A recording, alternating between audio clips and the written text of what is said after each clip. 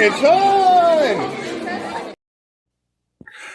I haven't really watched that in quite a while, so I watched it that time. It was really cute. That's my son. Hey, everybody. Welcome to another edition of Disney Parks Talk Live, where we talk about what's going on in the world of Disney theme parks and sometimes other theme parks over the past week, or look ahead to what's coming up. I am so excited today. First of all, I'm very sad today because my wife isn't here to join us, my normal co-host. It is her turn to miss the show as she is off in Ohio. Ohio. Just finished doing the Dayton Disneyana convention out there. Very successful. The convention they held over the past weekend, and now she gets a couple of days of decompression before coming back to her boys. So, what's everyone looking around at? What am I missing? So anyway, I just wish I had turned my fan down before I started. you got time. I'm gonna take care of it. It hasn't started yet. Okay. Here, let's all watch Mike go take care of his fan. I gotta take my headphones off first. Headphones out. He's not using Bluetooth. While he's doing that, let's say some hellos out there. Hello, Alexander Lee. Hello, Nikki B. Gio, nice to see you as always. Hello, Eustace Kid and Charles Johnson. Still in Brooklyn? We are doing great. All right, my name is DB Mosley, co-founder here at Laughing Place. The normal co-host here is my wife, Rebecca. She's not, so I'm still going to say hi. And then introduce our vice president in charge of Southern California theme parks and doing a really good job of chronicling trips to Disney World. That would be Mike Celestino. I thoroughly enjoyed following you on your Who's the Boss Pod Instagram, all your adventures. That was a lot of fun. Thanks for sharing those. So I went when I was there. I also went on Saturday with my family. My dad lives in Florida, and he brought his family, and I couldn't share anything on Instagram because my half brother had called out sick from work to go to the parks. Like, wow, talk about throwing him under the bus right now. I know. It's public now. Let's hope his boss is not watching the stream right now. Yeah. And that guy down there in the really cool Roosevelt shirt of the day would be Jeremiah Good. How you doing, Jeremiah? Doing good, Doobie. How about yourself? Good. We missed you last week. I can't even think of a nickname for you this week because we missed you so much last week. I'm sorry. I believe that I will be on it next week. Hang on, let me look at the schedule. This summer is already starting to just jump into high gear. Yeah, I will be here next week, and I think the following week, and then the following week, and then, the following week.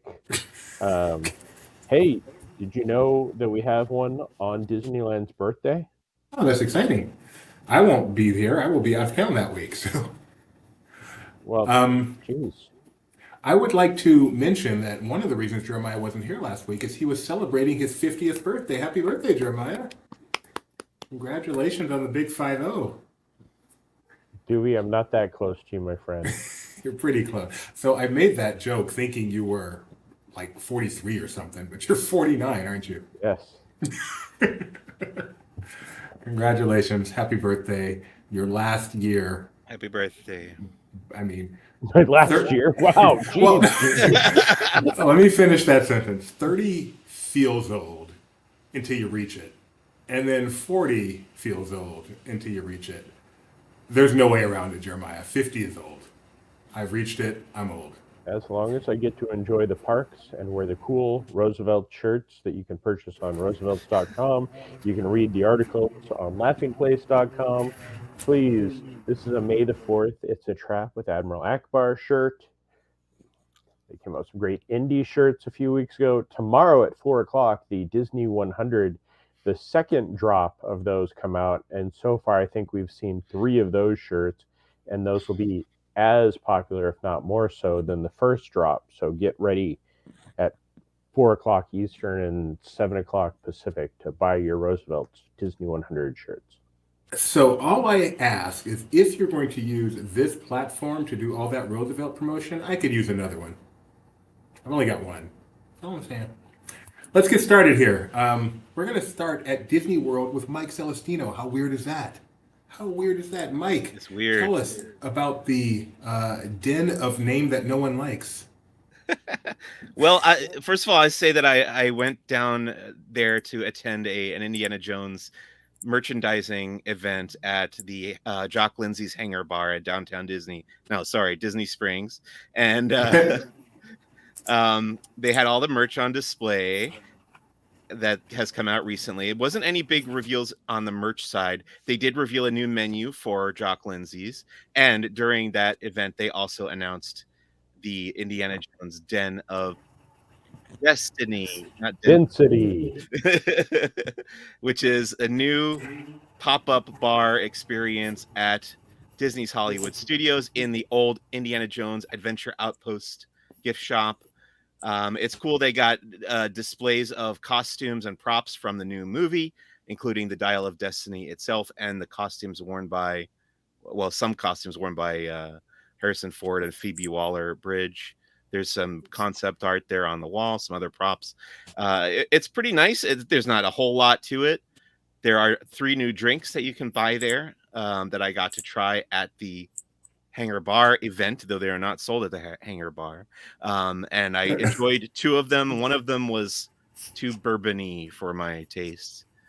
But yeah, it's a fun new tie-in with the movie that comes out at the end of June. The Den of Destiny is open now. The new menu is coming to the Hangar Bar with the new movie on June 30th. And I'm guessing you got to try. You would enjoy the adventurous margarita and the L'Atlantique green tea. Yes, the green tea is not green.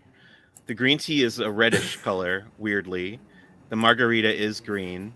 The weathered vodka is bourbon. It's poured over like an ice boulder, so that's kind of cool. It's like a big spherical ice cube, but I did not care for it.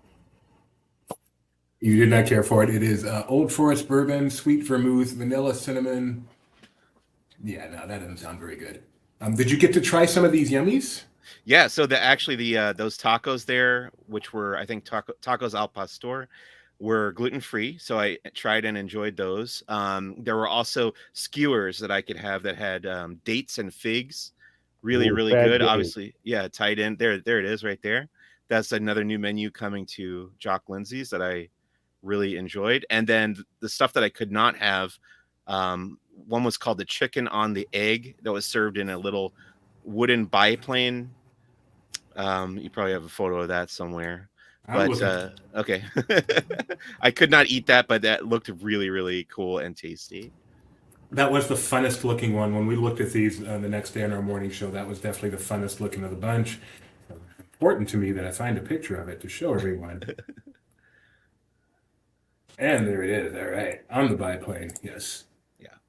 And then I wanted to ask you about this one as well, since we've got you here. Oh, no. Oh, yeah. Ready. What is this? Wow. Giant bacon for all mankind? It smells amazing, too. Yeah. I'm going to wait for the audio cool. to... Oh, I'm sorry. I can't hear the audio for some reason. Okay. Who are you sitting with that I need a punch in the face?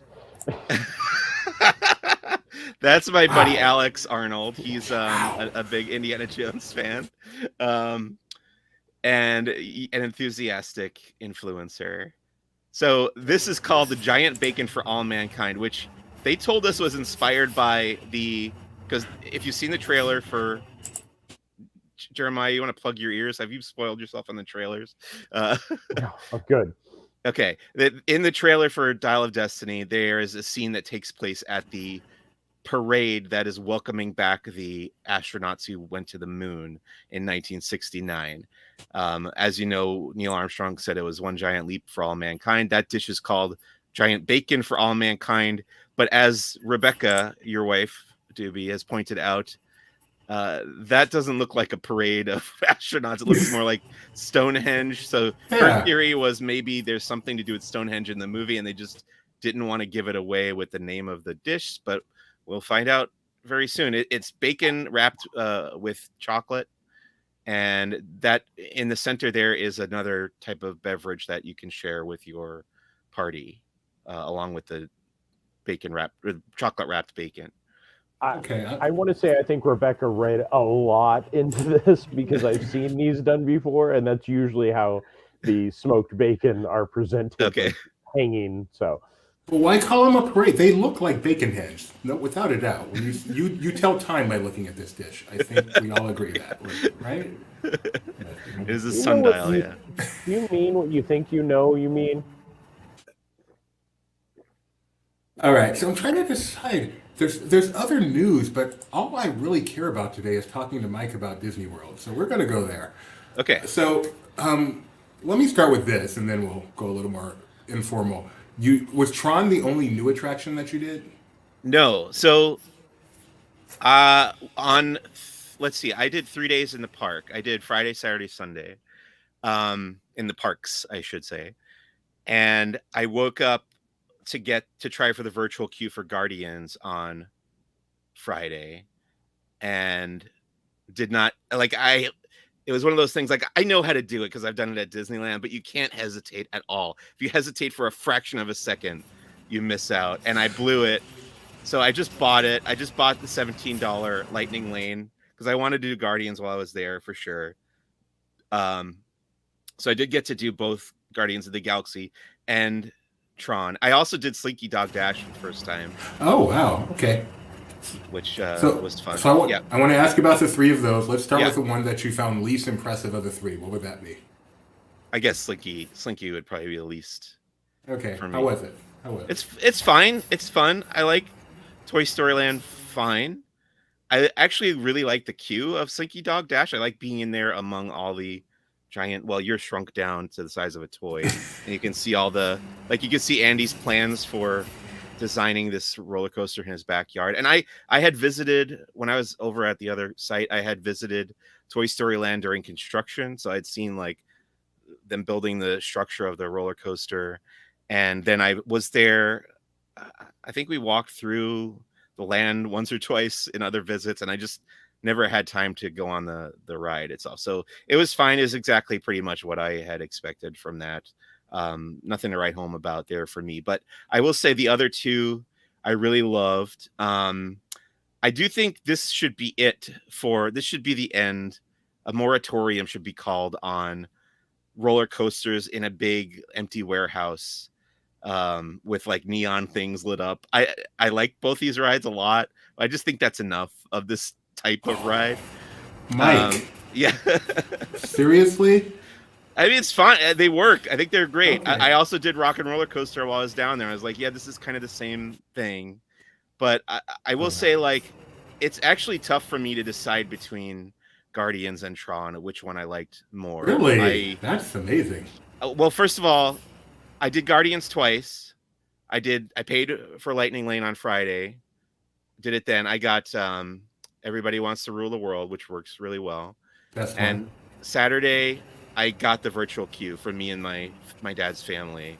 And my dad chickened out, but also he has a heart condition, so I don't blame him. Chickened out to Go live. twice, So, then? yeah. What's that? Did you go twice then? No, I just went.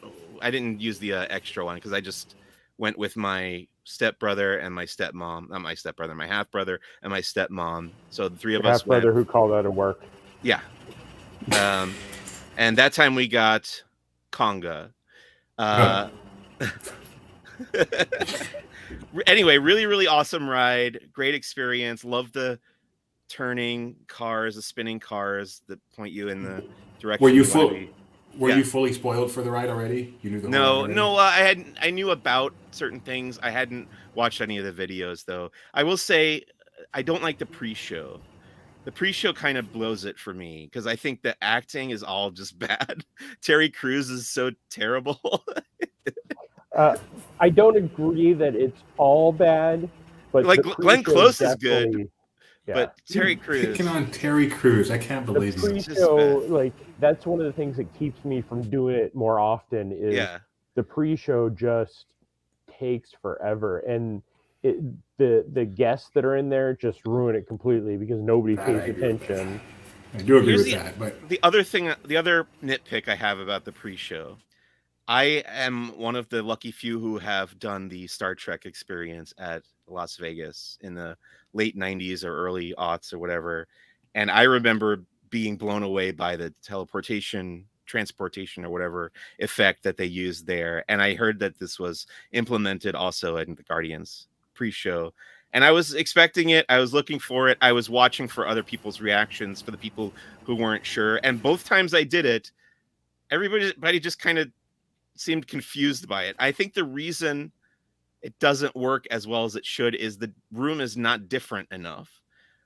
When you step in that area, it's just kind of a sterile environment, and then it opens up to a slightly larger sterile environment with the big window looking out into space. I think that the contrast should have been bigger between where you are and where you end up. I think that's my nitpick about that effect in that pre-show room. So yeah, real quick, what did you think about this somewhat similar effect in the Tron queue? Oh, that worked for me. Okay. That I thought was great. And this is my comparison between these two. Yeah. Where's a similar effect in the Tron queue? When the window disappears, right, and you could see the ride. They reveal the track. They reveal the ride. So don't think that is anything the same. But shut up! You think you see one thing and then you see more. I know what you meant. I know what you meant. Poseidon's Fury. What's the popcorn movie, Jeremiah? Okay, continue, Mike. Here's the thing. I think the ride, if you're just going by the ride itself, I think Guardians is better. If you're comparing the entire experience, I would call them about even, because to me, the Tron experience from beginning to end was streamlined. It was, I fortunately got to sit in the very, very front. I don't know what it's like in the other seats, but that just being in the very, very front row really blew my mind. So that probably elevated the experience for me. And it all just felt very sleek and slick and futuristic. And I just really didn't have as many little nitpicks as I did with Guardians. So interesting. That kind of brought them back down to the same level. If I'm just going by the ride, I would rather do Guardian. Like, I kind of wish we had Guardians here. That, we have a different Guardians ride, but I wish we had the roller coaster, because I would like to do it again and again and get all the songs and everything. If I had to pick one to have like transplanted to Disneyland, that would be the one. But in this trip, I think I liked them both about evenly. That's very interesting. I'm happy to hear that, because I like Tron. I think Tron's a little bit underrated. So yeah. I think Guardians is better, but I'm glad you love Tron, because, like I said, I think people, especially because it's short, but it wasn't as short as I expected. And no, I didn't think Tron really works. Tron really works, and that unique way of writing Tron. Although I was watching a video from Knott's Berry Farm recently that has the same ride system, but it feels pretty. Was that the Pony Express ride? Yeah. Like, wait a second, this is Tron. And that was years before Tron opened. Like, when they announced Tron in Shanghai and they showed it, I was like, that's Pony Express. But anyway, I do like Tron. Now, next time I'm at Knott's, I'm going to shoot a video of me on Pony Express and say the West Coast version of Tron. It so is. Okay, what other fun stuff to do? Okay, my favorite ride. Did you get to ride the Skyliner? I did. I did the Skyliner twice during my trip. Once was during the day and once was at night during a lightning storm, which was a little scary. Yes. But it was off in the distance. It wasn't like right next to me. I love the Skyliner. I can't argue with you on that. I did pretty much everything that we don't have here. Things that are almost identical. I skipped, like Star Tours. I didn't do Runaway Railway. Couple other things, but by and large, I went and did everything, and I closed out on the Epic Stunt Spectacular, which I hadn't watched in years, and it was an Indiana Jones themed trip, so I thought like that would be a good way to end my trip. I really enjoyed seeing that. That really took me back, because I feel like that show hasn't changed very much since I was a kid. There's one like major difference that I noticed in that they don't bring volunteers up from the audience anymore. I don't know. Was that a COVID thing? They stopped that with COVID. Okay. They never brought it back after COVID, right, Jeremiah? Not as of yet. I mean, they've started bringing the volunteers other places, but also they would have a lot of problems with sometimes getting volunteers there. Like, it was either hit or miss. It was feast or famine, as they say. Really? Yeah. There'd be like nobody wants to volunteer except that one weird guy wearing the bright shirt. Yeah. Yeah, there he is. I got stuck on Expedition Everest for like 20 minutes. A lot of rides broke down while I was in the queue. I was so excited about hearing your story. I forgot I could go to your Instagram and actually show some pictures as well. There's Tron. So you got to do People Mover. Yep. This was the like last few hours I had in Walt Disney World, and I was like, I got to do People Mover one more time. I got to run around like a maniac. Didn't you say you made it from the exit of People Mover to Indiana Jones in 30 minutes? So I actually did at Magic Kingdom. I did Tron last because I had a 2:05 lightning lane that I had purchased on Sunday, and I think I got out at 2. It was like 2:38. I looked because I texted Jeremiah actually because he was on his excursion from the Galactic Star Cruiser.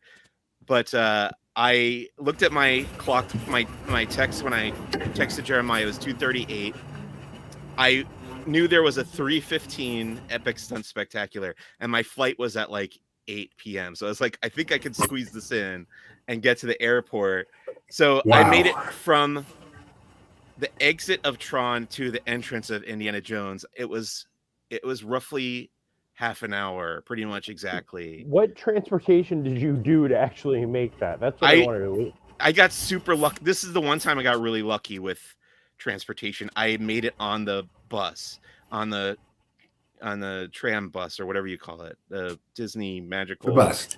Bus, yeah. It's just a bus. as it was pulling away, like I was the last guest on the bus. They immediately left as I got on. That's the only real reason that I made that. But I was pretty proud of myself. I was drenched in sweat by the time I got. Yep.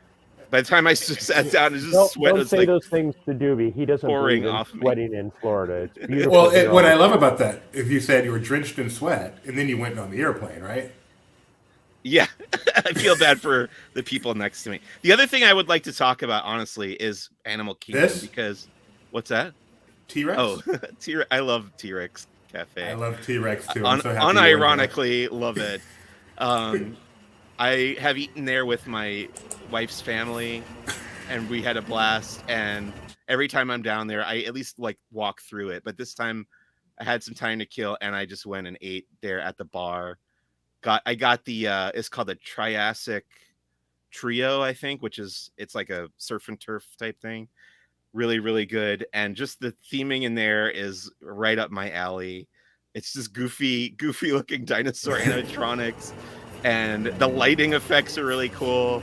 Every once in a while, there's a meteor shower that kills all the dinosaurs. And but the other thing that really, I really appreciated. What's that? I was just gonna say, are you about to tell us why capitalism is so wonderful? Yes, I was gonna argue in favor of capitalism. No, I've been conflicted about my thoughts about Disney recently, and I will say, yesterday morning, I spent some time just wandering around at Animal Kingdom and remembering like what's possible when these two things work in harmony together. This idea of like creativity and a big company willing to bankroll that kind of thing, because Animal Kingdom is just gorgeous. Every inch of it is amazing. The amount of detail that went into the design there, and I went through spaces that I had never seen before, or actually Tori told me that we had done it, but I didn't remember. But walking through in the back, there's a pathway that's near Kali River Rapids that goes through like a bird sanctuary. The birds are loose flying around in there with you, and then the tiger habitat, and it's all designed to look like an abandoned derelict Indian temple, and that area is just so beautiful. But I felt that way about the whole park, and it really made me feel very optimistic in the potential, the possibility of where I hope that the company can get back to after this very dark period. There's some lemurs. I watched them get fed. I couldn't stop watching the lemurs. They reminded me a lot of my cats. So Mike says we're in a dark period right now? Yeah, I do think we are. I think the company is in turmoil. Is this leading into the Downtown Disney stories, Doobie? Is that where you're going with this one? Thank you. Yeah, why don't we go to... No, we're not quite. Anything else before we leave here that you wanted to mention about your amazing trip? That if you want to see that, go to Who's the Boss Pod on Instagram. Mike's got you can relive Mike's trip with him. But anything else you want to mention? Trying to think. Tower of Terror. Oh, I felt the same way. I started with Tower of Terror and I kind of ended with Animal Kingdom, and both those things are just awe-inspiring. The amount of effort and design that went into those experiences. Honestly, like I would live in the Tower of Terror if they would let me in the And the Hollywood Tower Hotel. The queue there, you talk specifically about the queue in this post. So I honestly think if there were no ride element to it at all, I think I would still love it just as much. Well, cool. Well, thank you, Mike, for telling us all about your trip to Florida. Jeremiah, what are you referring to? I'm going to let you introduce this, make sure we're on the same page. As far as the downtown Disney? Yes. The sterilization of really the entire downtown Disney district. Doobie, you and I watched this go from a parking lot to beautiful buildings, all richly themed, to Doobie's all-time favorite. Look at how bad this looks. Ralph Lauren's Jazz Kitchen. So this is yes. Let's talk about Ralph Lauren's Jazz Kitchen, which is I guess it never really closed, but it's showing what it now looks like. This is what it used to look like on the outside when Downtown Disney first opened. It was a thing of beauty. Having now been to New Orleans, I feel like I'm a native now that I spent 3 days there. I can say that this looks like New Orleans to me. And this is what they got rid of in favor of, hey, our link comes up first. How about that? Way to go, Laughing Play. In favor of this, which I would say could not be more boring until I saw the interior pictures of the new, what's it called? The Jazz Kitchen Coastal Grill and Patio. So this is kind of a side window where they have some eating areas, and you think that's generic. Check this out. Does this say New Orleans Jazz Kitchen to you guys? It says jazz. It literally says jazz on the wall. Otherwise, you would have no idea. Wait, is this the old where you used to be able to get the beignets and sit down? Right. Okay. You can still get beignets. You can still get beignets. And then this doesn't even say jazz. This to me says Lanai, Golden Girls. But for some reason, this is what they have gone with. So, yeah, Jeremiah, maybe we are in a dark period. Or maybe we're just stupid. Yeah, I don't like it. No, sir, not one bit. I don't like it either. I have, however, heard the food is quite good. So they can't mess up the food, and the food's always been really good there. I mean, well, they can mess it up, but it would take a lot of effort. So if you're a shrimp fan, you said there's the beignets. They have some fun beignets as well, with the Fruity Pebbles and such. So this is reopened. It is the Jazz Kitchen Coastal Grill and Patio. Go check it out. Mike is, I'm sure, very excited to get over there and get some of his own pictures of that spectacular location. I took pics of the beignet area. Yeah, but you did. Have they is this why this is coming out? They've finished the other section now? Is that what they're saying? Like this is the grand opening now? Okay. Exactly. I really want to see the staircase, because walking in there, I mean, Doobie, now that you have been in New Orleans, when you used to walk in and they had the staircase and everything was so richly themed, that like the times I've been to New Orleans and walking into Jazz Kitchen always felt very similar. So I can only imagine how horrible they made that staircase now. It is bizarre. I went to New Orleans, and it was amazing how much Disney captured that. You know, New Orleans Square, Port Orleans French Quarter, the Jazz Kitchen. They captured New Orleans, and then I just want to know why. I want to know why. Because they're not stupid. Imagineers are not stupid, and I could be. So I just want to know why. Imagineers also. We have to remember that this is an actual company that Disney... I realize, but as a part of being in downtown Disney, you don't just get to build whatever you want. Disney has some say over that. Why did Disney think this is okay? I will be there tomorrow, by the way, and I will go and get pics. Excited for that. Maybe it's not done. Maybe there's a big trumpet on the side of it now, or a giant saxophone. Maybe. I doubt it. We've seen the concept art. Saxophone. The pronunciation is saxophone. All right, so we've done that. Let's quickly do this, and then we're going to get on to something really cool. Let's talk a little bit of character. At the Elemental red carpet, they had a couple of Elemental walkarounds. We've heard no announcement that these are coming to the park, but That is Ember and Wade. Ember is the fire. Wade is the water. What do you guys think of these, Jeremiah? Nope. Usually, I will give the benefit of the doubt, but Ember looks like something that, like, I would see at Comic-Con next month that somebody just hasn't seen the movie, decided to create this costume. Like, it's a fire bodysuit with this weird head. The heads look very much like the animation, but I think overall it's just big news. Pat Sajak just announced he is retiring. Are you serious? Yep. No. I mean, I guess that's okay, but I love Pat Sajak. No, I'm not. These characters are not ones I'm like, maybe once I see the movie, I'll go, oh, I like them even more. But Ember Mike, looks so weird. Do you have a different opinion, Mike? The problem is, I think that the proportions are wrong. Like, if you look at the animated versions of these characters, there's no way to fit a real human body inside of them. So they had to make them off in ways that make them disturbing, I think. But Well, I don't know. Succeeded. I'll reserve my final judgment until I see them in person. Yes, Pat Sajak is retiring after next season, so we still have quite a while to enjoy Pat Sajak. But yeah, I love Pat Sajak. He is. No, Steve Harvey's my favorite, but he's close. He's up there. All right, so in other character news, maybe Jeremiah likes this character better since he's pretty down on that one. Have you seen this, Jeremiah? I have not. Test? I saw the photos. Here, let's listen. Let's We're a talk storytelling company, so we want to bring these characters to life in the most authentic way possible. For us, that means a walking robotic actor that has a tightly integrated design and a compact platform that can not only move and gesture, but to really emote in style. In this playtest, Groot and Star-Lord have a dance-off with the audience. Now that sounds simple, but we wanted to test the entire ecosystem of this technology and how to integrate it into a full guest experience.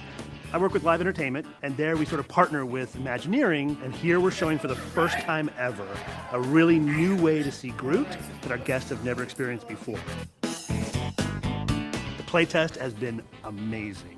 I mean, better than I could have hoped for. I mean, ideally we want guests to get excited, but this is one of the first time I've seen guests get visibly excited, adults, kids. I mean, it really is kind of shocking what they get to see, and I think they're understanding how sort of unique and fun this is and what a game changer it is. I think our park guests really love to engage with these characters up close and personal. They love to look them in the eye, they love to be able to make a connection. They're seeing this wonderfully lovable character they've known for years in the films, but now they get to experience him up close, and they're getting to see him do things he's never known to just do in front of us. Dance, move around and groove and walk around near us. I see that sort of excitement in everybody's eyes that they just feel like, am I really seeing this? Or is this some kind of CGI? I always think, what would 10-year-old Michael want to see? And this is the kind of thing 10-year-old Michael would have loved to see. Love you, mean it, Guardians. Out. So I'm so glad that they care what 10-year-old Michael Celestino would want to see, that you mean that much to Imagineering. Yes, Jeremiah? So are we rating the Groot or are we rating the Star-Lord? Because one is a 10 and the other one's a -3. Why don't we stick to the Groot? And Okay. Mike says we're in a dark time, but this looks pretty light to me. What did you think of this, Mike? Oh, I think the robot is awesome. I want to know why they keep saying that they're exposing him to guests, but they're clearly cast members in the audience.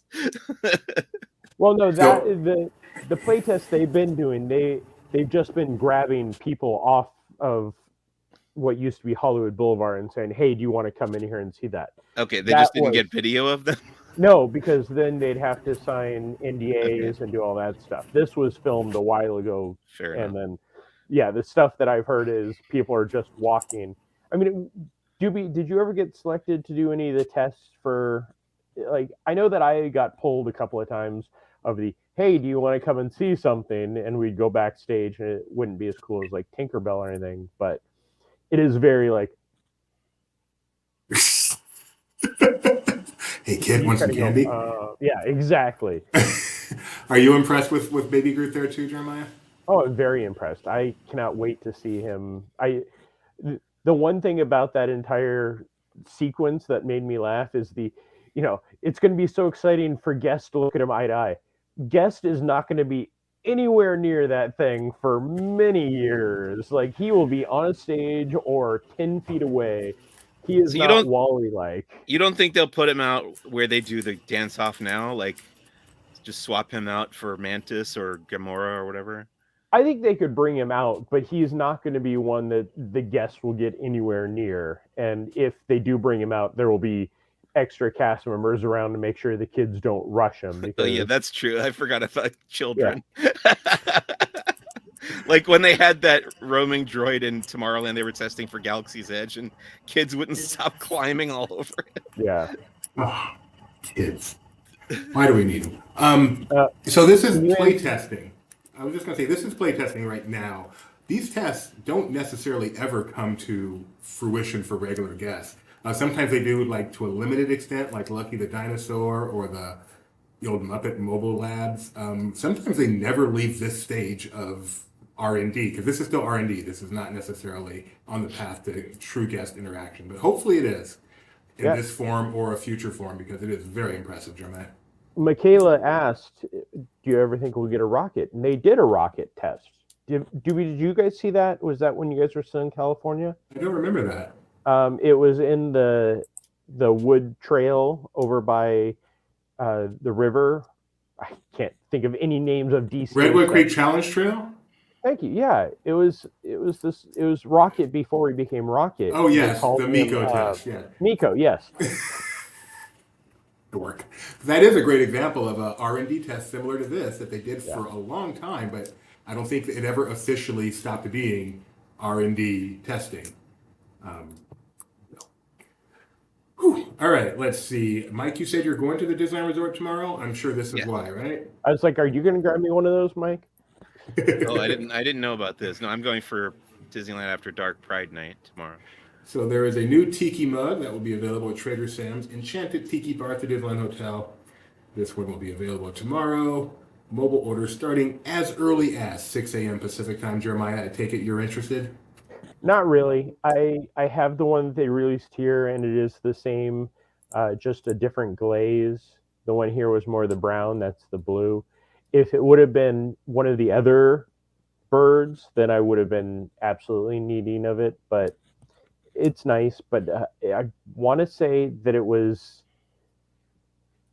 $60 to $80, and I love the Tiki mugs, but they are definitely, I think I've priced out at this point. Sorry, guys. Give me 1 second. But yeah, Mike, if you do feel an urge to, don't really, but with the mobile ordering out there, it's so easy. It's literally just like mobile ordering food. You select the time, you prepay for it, you walk up. The only thing that causes a delay are the Tiki mug aficionados that have to walk up there, and usually with their family of 8 people. Savings account, but all the options have you up in the air. well, yes. You know, at NerdWallet, we can help you make the smartest decision by comparing rates of top high-yield savings accounts. Are you guys hearing something that I'm not? It's the smartest way to get the most out of your savings. Well, in that case, I'll have another coffee. Oat, almond, regular. Oh, I'll have another coffee too.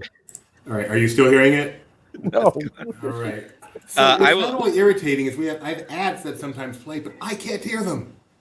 I don't think I'm going to buy it either, but I will, when I get there tomorrow. I'm not going to go at 6 a.m., but because I have a nighttime event that'll go to 1. But I will check whenever I do arrive. I'll check to see if they're still available, and I will report on that. Yeah, because they usually do a really nice setup out on the lawn. But like I was saying, the Tiki aficionados have to take out the mug and investigate every square inch of it and make sure that there aren't any chips or any mold or any glaze that's off. I've gone where it's taken me 2 minutes to walk up and get a mug, and then I've gone where I've had to wait an hour outside because it was so full of people investigating their mugs. Are you hearing anything? Nope, no NerdWallet this time. Okay, let's talk about the Disneyland Resort summer ticket offer, which is really news because it's a summer ticket offer at Disneyland. So we've been wondering if attendance may be a little off this year at Disney World and or Disneyland. This could be an indication that it is. This offer has begun. It starts actually today. Runs through September 28th. You get 3 visits reservations are required. They have two options, a Monday through Thursday ticket or an any day of the week ticket. The prices begin at $249 for a one-day ticket.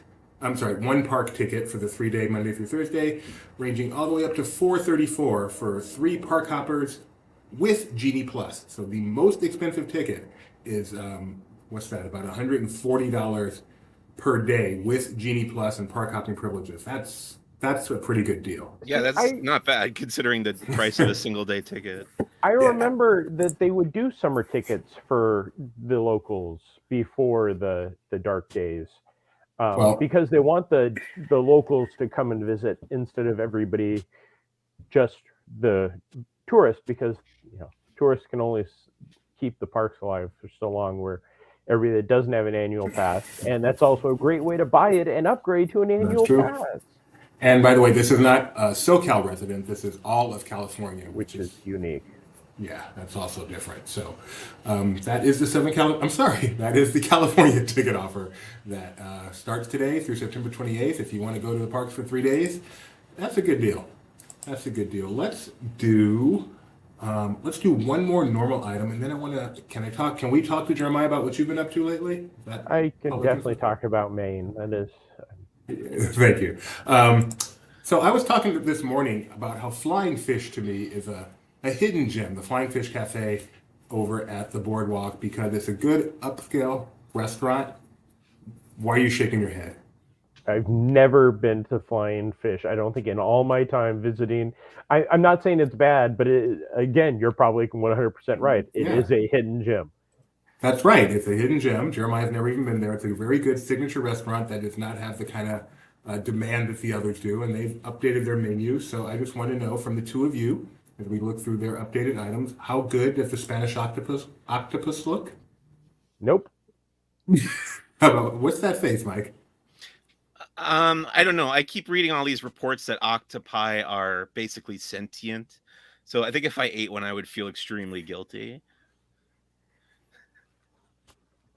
Okay. How about hazelnuts? Are hazelnuts sentient? Those? That'd probably be fine. Hold on. How do we know that hazelnuts aren't sentient, but octopi are? Why octopi and not cows? Are you saying octopus are I've read similar things about pigs actually, and bacon just tastes so good though it would be really tough for me to stop eating it.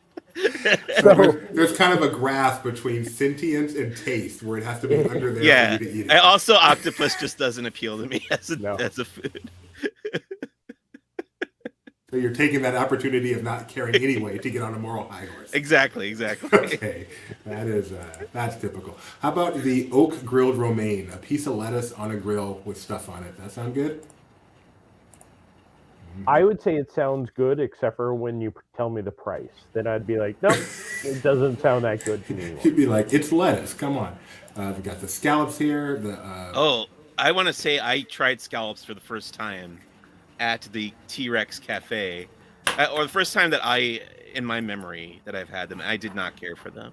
What's freaky to me about that is we talked about this same item, the same story this morning on the morning show, and I found out that Kyle just tried scallops for the first time. Whoa. So I don't eat seafood, and I've had scallops so many times in my life. And finally, we've got the New York strip, which you can't see, but now you can. Anyway, Flying Fish Cafe. All right, let's go to Jeremiah. Maine was very exciting. Ask him what he found at the antique shop. Jeremiah, what did you find at the antique shop? I'm trying to figure out where I put it. 50th birthday. Doobie, I'm telling you, you're number one in a different language somewhere. So I was in. Whoa, we have break. Whoa.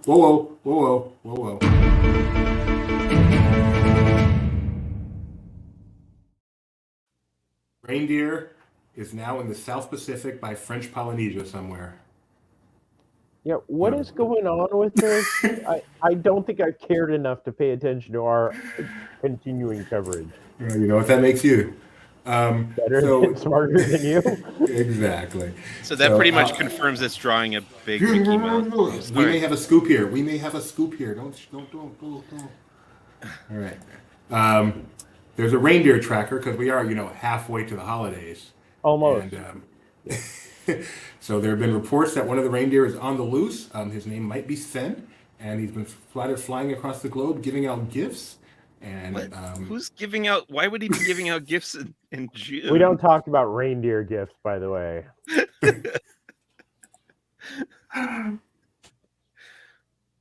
Anyway, that's what Gio's referring to. Let's get back to your antique collection, Jeremiah. So I was up in Maine for my birthday trip. Beautiful up there. The last time I was there was during one of the biggest storms recorded in history, the nor'easter that trapped me in a room or in a cabin for a day and a half. I'd rather have a hurricane than a nor'easter. I'll definitely say that. So this time we explored a bit, had some great food. At least that's what everybody else told me about the lobster. I had mac and cheese and burgers and that kind of stuff. But we did go to a couple of antique stores, and I feel like... Anyway, walking through an antique store, and there's this big selection of plushes, and sitting right there is this little, probably about that big, with a Mickey tag that looks like it's from the early 80s on it. Brer Rabbit. Just sitting right there for $5.99. Wow. How did you pass that up? I didn't. That's why I'm annoyed that I can't figure out where I put it. But yeah, it was really cool. It was definitely one of those times where I'm like, did I just find this? That's cool. I just need to put myself through college from an antique shop? As if. All right, so you did Maine. Any other Disney connections in Maine before we come back to Florida? Surprisingly, there is very little Disney connections in Maine. It was very beautiful, lots of fun, had a great time. Maine is a beautiful place to just take a vacation. And then you came back to Disney and you took a vacation. I did. Mike and I, a little over a year ago, actually a year and 2 months, 3 months, were on the Star Cruiser for its opening. We were on the third cruise, and we have this amazing coverage. Mike doing his award-winning, we should have gotten some type of award for it, video all about his life and his time on the Star Cruiser. But sadly, I did not get much of a chance to experience things. Am I okay sharing Facebook pictures from you? Me? Yeah. Yeah. Did I post any? I don't know if I actually posted anything. You posted two pictures, it looks like. Okay, I don't. Maybe one these may are be an old. old one. Yeah. Is this an old one? Nope, that is new because I couldn't find my pants. I wanted to call you, Mike, and go, honey, where's my pants? Where are my pants? So my amazing roommates booked the cruise right after everything was announced that it was closing, and they were nice enough to invite me to go along. So you will see and there's my other wearing this shirt on the bridge. That is Batu in the background behind me. Nope, that's not Batu. I don't remember what planet that was because we weren't there yet. But yeah, I got to experience the Galactic Star Cruiser again. I can definitely say that there were changes from the time that Mike and I went to now. The storylines were all pretty much the same. You didn't have to be as close as we were to follow some of the storylines. Like, for those of you who don't know, there are different storylines that take over your time on the Star Cruiser. I was originally going to go with the First Order because that was something we didn't really get a chance to explore. And then I was hoping that I would know the Lieutenant Croy on there, but sadly he wasn't able to do it. So I kind of ended up following. I think you followed the Wraith storyline, right, Mike? Yeah, so that's what I ended up on. But at the same time, I was being communicated by the captain, by the Sajas, just every storyline kind of was hitting at the same time. So it gives you more of an opportunity. I got to explore the ship. I took part in some really fun activities. Went down to Batu, which that was the day that Mike was, dripping with sweat, and wearing pants on Batu is just a bad idea anyway. I've never heard more of the locals on Batu say how hot it was. And that day, like every single person is like, yeah, it's hot, don't go out there. But yeah, I got the chance to do it. The nice thing was, I created my own story, as Mike did, where my story was, and I should have come up with this the first time. I was a visual documentarian, aka I took photos and videos. But on this one, because this was all for me, I got to choose what I wanted to take videos of, what I wanted to take photos of. Definitely some tears last night at the finale, because no matter what, whether you thought it was a great idea, you didn't think it was a great idea, the cast put their hearts into it, from the housekeeping or the cabin keeping to the actors to the people in the shops. Met some great cast members that I came away with meeting, at least 5 new friends that will continue with me even after, they say, after Disney. I'm sorry, after Star Cruiser. But it was hard to be on there knowing that it's just months away from this experience possibly never happening again. But the cast, everybody I talked to, they're like, it doesn't matter to us. We're celebrating the 275th anniversary of the Halcyon every night and going forward. To me, it was very much like when the Adventurers Club closed, knowing that it was closing. You could see the cast, like it's in the back of their mind, but they never really let it show. But there were moments where they had to be a little emotional, and you could tell that emotion was just already built up in them. Glad you got to do that. Yeah, it was very cool. Yeah, I know that I'll end up posting photos and videos no matter what, but right now I'm just still basking in it. Any comments, Star Wars Mike? I think I've said everything I have to say about Galactic Star Cruiser. I did an entire episode about it recently, saying Great goodbye. Great guest on that one. But yeah, I'm glad people are getting this, last hurrah of the final months going into the shuttering of this experience. Closing of the Galactic Star Cruiser be the Valley of the Dark Times? I'm actually, I've said this before, but I'm way more bothered by the Disney Plus content removals than I am by the closing of the Galactic Star Cruiser. It was weird doing this day in Disney history this morning. Artemis Fowl premiered on Disney Plus this day in 2020. Oh, I'm going to watch that tonight.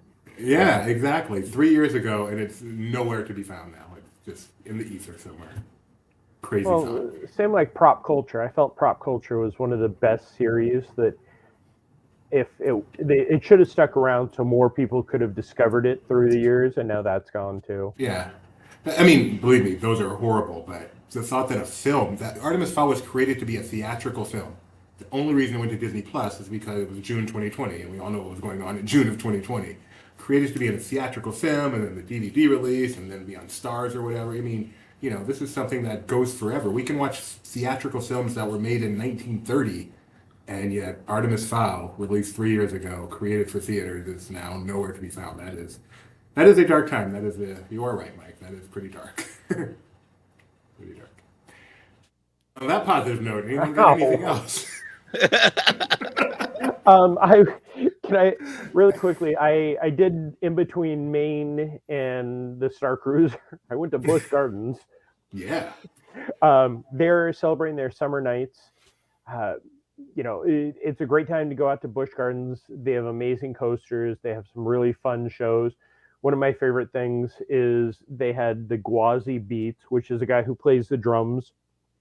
And at one point, he puts water on the drum head so it splashes everywhere, and has dancers. And I was talking to him after the show, and I introduced, oh yeah, I'm from Laughing Place. And he said, it's because of your video last year that I learned how to do this show. Because Oh my. he did it, but you know, it's been a year since the shows have been out there, and he went back and actually watched our video to learn how to do the show. Uh, Great fun fireworks, fun shows. Busch is just like Disney, where they're offering a lot of different ticket packages. So if you have never been to Busch Gardens and you have to be in the Central Florida area, and if you love some of the best coasters you will ever go on, outside of the ones that are in neon in a big box, Busch is the place to go. So that was lots of strange fun. take from Mike. Yeah. Okay. But I do feel, Mike, I don't know about you. I know that for me, I have like 4 or 5 big things coming up from the parks in the next few weeks. So we'll be talking a lot about stuff.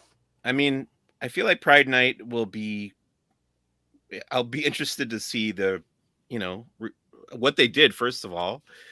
This is a first of its kind tomorrow night at Disneyland. And then I'm sure people will be watching the social media feeds from us to see what's going on there. And then coming up at the end of the month, we've got Rogers the Musical, which is going to be big at Disney California Adventure. Which there hasn't been any talk about still. My friend I was just talking about, I'll be out hopefully for Comic-Con and can make it up there to see it. And he's like, I still don't believe it's going to happen because there was the announcement. They've changed the marquee a couple of times and we've not heard anything. I was expecting some type of news today going into the new week of the mid-week for June, but I've seen I recall a TikTok about someone auditioning for it. So there you go. Mike, did you audition for it and did you TikTok? Well, the problem was I auditioned for the part of the Wasp. So, Mike, tomorrow night, make sure you go. Jared, who is a friend of Laughing Place and an amazing artist, he's the one that did the Hipster Mickey, and he's done so many other things. He is actually doing a signing at the event tomorrow night. I know you'll have no time, but if you happen to do swing by, get a picture with him and tell him Jeremiah says hi. Okie dokie. Before we end today, I did want to talk about something just a little bit more. Whoa, maybe not. The other thing we're still waiting on is the treehouse. I mean, I have no idea when that's going to be done, but I imagine. Oh, yeah. Well, with the water problem they just had, it could be a little bit longer. I didn't hear about that. They shut down Adventureland because the water main burst, and it was I didn't know. I think that's when you were out here, or is in Maine time. So yeah, but yeah, they shut down most of Adventureland for a long part of the day. That was a bad day at the park. Yeah. According to Twitter. Okay, one other thing I wanted to mention, a little bit more serious. We talked about this on Saturday's Disney Trivia Live. Jeremiah, do you know Jim Korkis? You must know Jim Korkis. Yes. I very sad. Like, I really hope everything's okay with that. Yeah, so he, can you just give a 30-second, who is Jim Korkis? Jim Korkis is the most non-Disney historian you'll probably ever meet. He's written multiple books. I know that I have one within arm reach somewhere. Yeah, it's over that way. It's just that arm reach. Yeah, he and Jim Hill, I want to say, are the two people that really shaped us as Disney fans when the internet age came about, because they would write amazing articles. You can just type in Jim Korkis and go down a rabbit hole of history of Disney. And I know his health hasn't been great. Yeah, so he had an accident at home, which made him go to the hospital. And while they were there, they realized he had a multitude of health. Sorry, my son is trying to call me. I'm on the air. Okay, he had a multitude of health issues.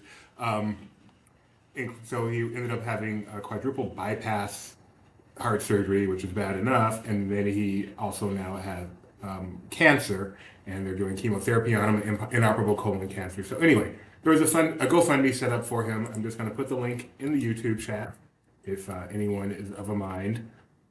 And obviously, we all wish Jim Korkis the best and appreciate all he's done for not only us personally, but for the Disney fan community as a whole. And with that, we will see you next week for Disney Parks Talk Live. I will see you tomorrow morning at 9 o'clock for the next edition of our LPTV Disney Morning Show. Thanks, guys. Look forward to having Rebecca back next week. Thank you. Bye, guys.